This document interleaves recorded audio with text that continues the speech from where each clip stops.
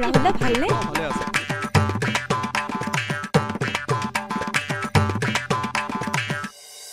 পৰিণীতাৰ আজি কি হৈছে? তাই আজি মোক দেখা পায়ো নামাতিলে যে, মোক কিবা বেয়া পাই আছে নেকি? এই যে কি হয় নহয় ভাবিয়ে নাপাওঁ।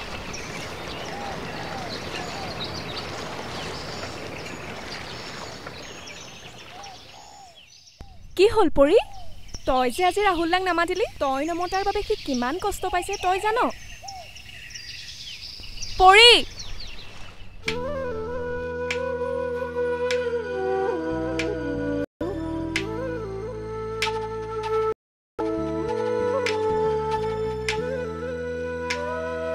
পৰিণীতা নামঘৰৰ পৰা আহোঁতে ইমান পলম হ'ল যে কিয়? ভগৱানৰ ওচৰত কি বিচাৰিলানো? তোমাৰ এই ধুনীয়া মৰম লগা হাঁহিটো। মোৰ এই হাঁহিটো সদায় এনেকুৱাই হৈ থাকিব, মাত্ৰ তুমি মোৰ লগত। মইতো তোমাক কেতিয়াও এৰি থৈ নাযাওঁ, কিন্তু তোমালৈহে লাগে জানা। কিজানি তুমি মোক এৰি গুচি যোৱা, তেতিয়া কি হ'ব? তোমাৰ অবিহনে মই জানো জীয়াই থাকিব পাৰিম? ৰাহুল, তুমি তেনেকৈ কিয় ভাবিছা? তোমালোকৰ ঘৰখন আৰু মোৰ ঘৰখনৰ মাজত বহুত পাৰ্থক্য। তোমালোক ক'ত আৰু আমি ক'ত? তোমালোকৰ ঘৰৰ মানুহে মোৰ লগত বিয়া দিব জানো? সেইবাবে মই ভাবিছো। কি ভাবিছা? যদি তুমি মোক পাৰা পাহৰি যোৱা। মই এটা সপোন বুলি ভাবি ল'ম। আৰু নকবা, নোৱাৰো মই পাহৰিব। পাৰিব লাগিব। প্ৰথমতে মোৰো অলপ কষ্ট হ'ব, কিন্তু পাছলৈ সকলো ঠিক হৈ যাব। ব'লা পৰি, এতিয়া ঘৰলৈ যাওঁ। তুমি গৈ থাকা, মই অকলে যাম। মই জানো তোমাৰ খং উঠিছে। এটা সঁচা কথা কওঁ, খং উঠিলে কিন্তু তোমাক বহুত ধুনীয়া লাগে। মাত্ৰ এটা বস্তুহে মিছ কৰোঁ, তোমাৰ এই হাঁহিটো। হ'ব হ'ব, এতিয়া মিঠা মিঠা কথা ক'ব নালাগে। মনত ৰাখিবা, মই হ'লে তোমাক বেয়া পাইছোঁ। মানুহজন ইমান সময় ৰৈ থাকিল, কিন্তু তাই এতিয়ালৈকে দেখা দেখিয়েই নাই। মানুহজন ভাল বাবেহে আমাৰ লগত সম্পৰ্ক ৰাখিলে। মইতো ভাবিছিলোঁ মানুহজনে আমাৰ লগত সম্পৰ্ক নাৰাখিবই নেকি। আৰু তোমাকো কৈ দিলোঁ, এনেকুৱা সুযোগ আৰু বাৰ বাৰ নাহে। কথাটো ময়ো ভাবিছোঁ। এইবাৰ মই এটা সিদ্ধান্ত লৈছোঁ, তেনেকৈ নহওক এইবাৰ কিন্তু এইখন বিয়া হ'বই লাগে। ভণ্টি, তই ক'ত গৈছিলি? জোনালীহঁতৰ ঘৰৰ পৰা আহিলোঁ। ভণ্টি, এটা কথা তই ভালদৰে জানিবি, এনেকৈ বাউলি হৈ ঘূৰি ফুৰাটো মই কিন্তু পচন্দ নকৰোঁ। 2 এদিনতে তোৰ বিয়াৰ দিন ঠিক কৰিছোঁ, গতিকে তই বিয়াৰ কাৰণে কোনো আপত্তি নকৰতো?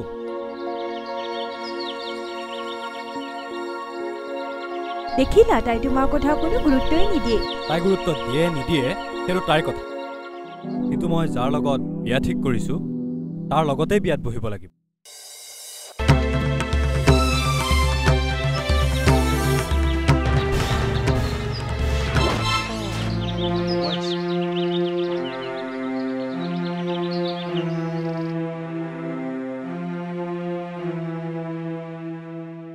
তুমি এইবোৰ কি কৈছা পৰি? মই ঠিক কথাকে কৈছোঁ বৌ। তুমি দাদাক ক'বা, দাদাই মোৰ যাৰ লগতে বিয়া ঠিক কৰে মই তাৰ লগতে বিয়াত বহিম। ৰাহুলৰ কি হ'ব? সেইবোৰ মই একো নাজানো বৌ। এটা পতাৰকৰ লগত সংসাৰ গঢ়ি মই মোৰ জীৱনটো ধ্বংস কৰিব নোৱাৰোঁ। যিয়ে মৰম ল'ব নাজানে তাক মৰম লাভ নাই।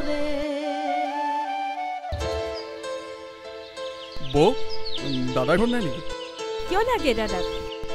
দাদাৰ লগত মোৰ অলপ কাম আছিলে। দাদাই এতিয়া তোমাৰ লগত কথা পাতিব নিবিচাৰে। দাদা এতিয়া ঘৰত নাই আৰু বিয়াৰ দিন ঠিক কৰিব গৈছে। বিয়া? কাৰ বিয়া? মোৰ বিয়া। পৰি এইবোৰ? ঠিক শুনিছা। অহা মাহত মোৰ বিয়া। নিমন্ত্ৰণ দিম, পাৰিলে আহিবা। এইবোৰ? ৰাহুল, তই আহিলি ভালেই কৰিলি। মই তোৰ ওচৰলৈ যাম বুলি ভাবিছিলোঁ ভণ্টিৰ বিয়া পালেহি নহয় গতিকে গাখীৰ অলপ যোগাৰ কৰিব লাগিব এইটো তই আগধন হিচাপে লৈ থ গাখীৰখিনি তই যোগাৰ কৰি দিবি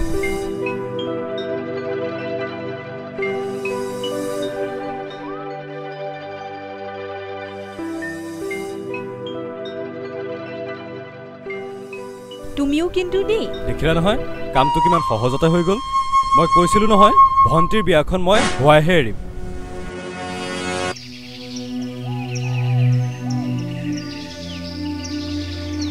ৰাহুলা মই এইবোৰ কি শুনিছোঁ তুমি মুখেৰে নামাতা কিয় যি কথা শুনিছা সকলো সঁচা কথা শুনিছা জোনালী মই ভাবি পাৰ পোৱা নাই পৰিয়ে তেনেকুৱা কিয় কৰিলে এতিয়া কি হ'ব ৰাহুলা নাজানো তুমি ইয়াৰ পৰা যোৱা মোক অলপ অকলশৰে থাকিবলৈ দিয়া অকলশৰে থাকি কান্দিবৰ মন কৈছে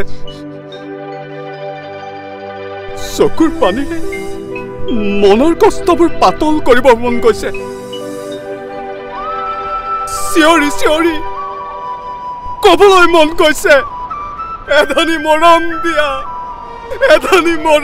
দিয়া পৰি এধানি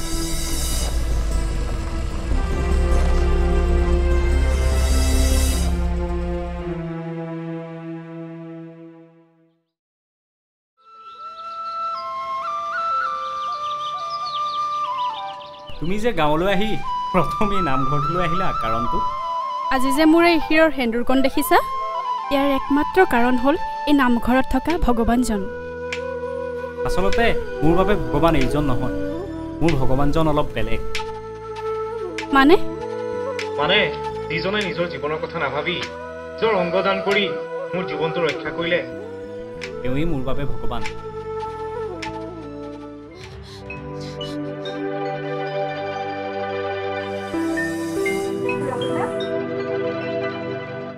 পৰি তুমি আহিছা পৰি মই জানিছিলোঁ তুমি মোক ভাল পোৱা এৰি যাব নোৱাৰা পৰি তুমি মোৰ লগত তেনেকুৱা কৰিব নোৱাৰা পৰি মই পৰি নহয় ৰাহুলা মই জোনালীহে মই আকৌ পৰি বুলি ভাবিছিলোঁ এইবোৰ তুমি কি কৰিলা কি কৰিলো মইতো একো কৰা নাই মিছা নামাতিবা ৰাহুলা কোনোবাই কাৰোবাক ভাল পালে বুলি ইমানো ভাল পাব নালাগে এবাৰ নিজৰ কথাও ভাবিব লাগে কি দৰকাৰ আছিল সেইবোৰ কৰাৰ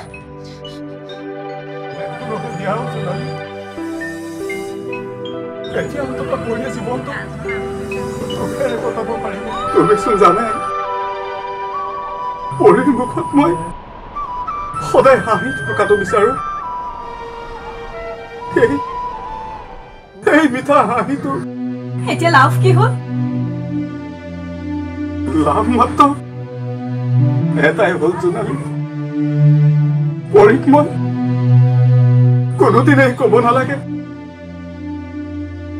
এধানি মৰম দিয়া পৰি এধানি মৰম দিয়া পৰি এধানি মৰম দিয়া মোক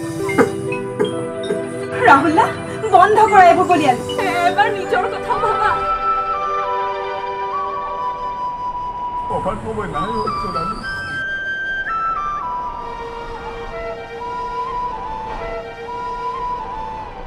ৰাহুলা দেখিছনে ৰাহুলাই বাৰু এইবোৰ কি কাম কৰিলে? আজিৰ দিনটোত তেনেকুৱা মানুহ থাকেনে? তালে বেয়াই লাগে। সি বাৰু তেনেকুৱা কাম কিয় কৰিলে? ইয়াকে কৈ সঁচা ভাল পোৱা পৰিণীতা বাই বুজিয়ে নাপায়, সেইবাবেহে ৰাহুলাই এনেকুৱা কাম কৰিবলগীয়া হ'ল। প্ৰেমত বোলে এইবোৰ কৰিবলৈ একো ভয় নালাগে। তইনো কেনেকে জানিলি? মানুহবোৰে কোৱা শুনিছো নহয়, প্ৰেমত বোলে মানুহে মৰিবলৈও ভয় নকৰে। মই ৰাহুলা ঘৰৰ পৰা আহোঁ, আজি বোলে ৰাহুলা ঘৰলৈ পৰিণীতা বাই আহিব। তহঁতি গ'লে বৈ মই যাওঁ। ঐ ৰ আমিও যাম। ঐ গায়ত্ৰী যাওঁ বল। বল বল। মই বিচাৰিছোঁ যে পৰি গোটেই জীৱনটো আপোনাৰ লগত সুখত থাকক, এইবাবে মই আপোনাক সহায় কৰিছোঁ। তাইৰ কপালৰ সেন্দুৰখিনি যাতে তাইৰ মুখৰ হাঁহিটোৰ সৈতে চিলিকি থাকে, নহ'লে মই কষ্ট পাম। মোৰ আত্মাই কষ্ট পাব যদি কেতিয়াবা তেনেকুৱা হয়, তেতিয়াহ'লে মই ভাবিম মই মোৰ দুয়োটা কিডনী আপোনাক দি মহা ভুল কৰিম। মই মহা পাপ কৰিছিলোঁ। মোক ক্ষমা কৰি দিবি ৰাহুল, মই তহঁতৰ লগত বহুত বেয়া কৰিলোঁ। মই আগতে জনাহেঁতেন। হেৰা দেখিলা, মই তোমাক কৈছিলোঁ নহয়, ৰাহুল ইমান বেয়া ল'ৰা নহয়। ৰাহুল বহুত ভাল ল'ৰা। ৰাহুল দা আমাৰ মাজনীয়ে বা কি কয়, মানে আমাৰ পৰিণীতাৰ কথা কৈছে। মই জানো পৰিয়ে একো ক'ব নোৱাৰে, তাই মুখৰ মাত হেৰুৱাই পেলাইছে। যেতিয়া পৰি আনৰ হৈয়ে গ'ল, মোৰ জীৱনটোনো কি?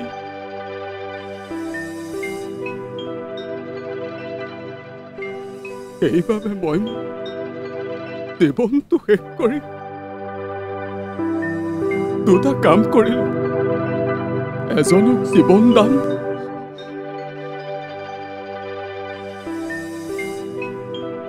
আৰু আনটো হ'ল এজনীৰ মৰম ৰক্ষা কৰা সেন্দুৰখিনি। পৰি মই যদিও মৰি যাওঁ, তুমি কিন্তু কান্দিব নোৱাৰিবা ৰাহুল, কাৰণ তুমিতো জানা পৰি, মই তোমাৰ চকুত চকু পানী সহ্য কৰিব নোৱাৰো পৰি।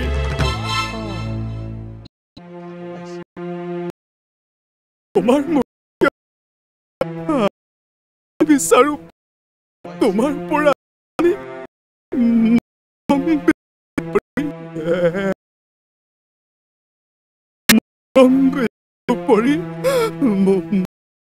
বিচাৰো। কি হৈছে ৰাহুল দা?